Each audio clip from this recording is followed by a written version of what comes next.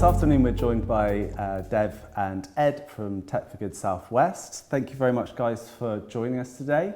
We'd just like to ask you a few questions and we'll go from there. That's good. Great. Do start by telling us all about Tech4Good South West. Yeah, so Tech4Good South West started around 2017. I started Tech4Good Bristol and Annie started Tech4Good Bath, and then we quickly merged.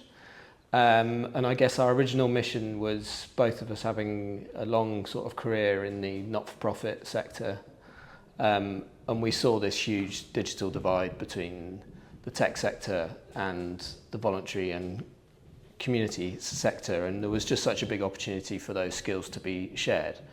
And then fast forward to kind of 2023, we became a constituted organisation and started to expand what the network could do and start to build a true ecosystem. A lot of my work is trying to build partnerships with the ecosystem partners, some of the larger corporates around social value, CSR, and we're starting to do a lot more work with venture capital as well, which is where some of the foundation of the impact investment report came out of. From the perspective of defining Tech4Good, it's quite a broad topic. So how do you guys, in your mind, I guess, it can mean different things to different people, but in terms of how you define it, what does that kind of look like? I'll do a definition from where I sit, and then maybe Dev can give one as well, because I think, like you say, it's a bit of a catch-all phrase, probably well overused, probably used incorrectly, and I think, like you say, it depends who you're speaking to and when. I think from my perspective and Tech4Good, we say it's the intentional use of technology for people and planet.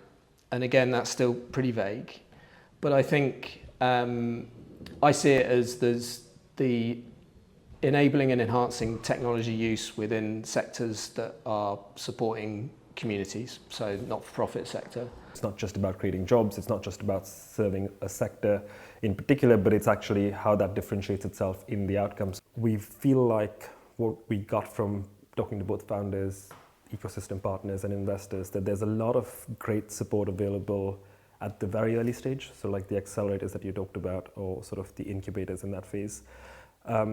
There's pretty mature organizations supporting the larger organizations, but there's this gap in the middle.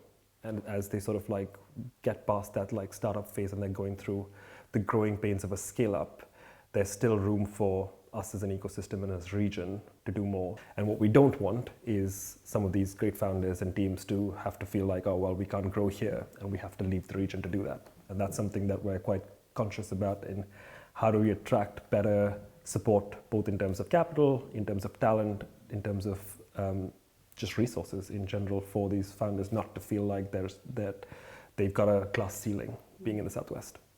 How can organisations like Tech4Good ensure that investors are part of keeping, motivating businesses to stay true to that mission rather than the alternative? Did that kind of come up in your conversation? Does that come up? I think what we hear is that the business benefit of trying to stick to your original mission and sticking to those values and ethics that make you Tech4Good or whatever you describe as, actually makes business sense. So much happening in the region, and we're just trying to make sure we can elevate those conversations and bring people together in places that don't seem like they're ever going to like cross paths. Obviously really good to have that conversation with Dhevesh and Ed. We've had a little bit of time to reflect on that now. What are your kind of key takeaways from that conversation?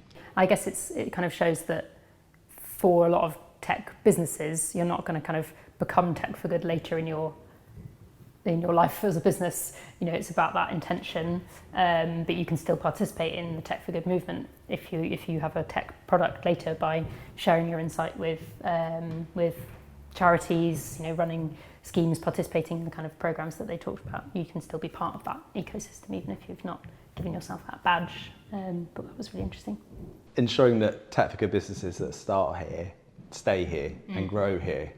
So it's essential that the community and the movement continues to kind of grow and flourish with them, and providing that sense of collaboration and like organisations such as techSPARK that help scaling organisations to flourish through network and support and providing all that good stuff.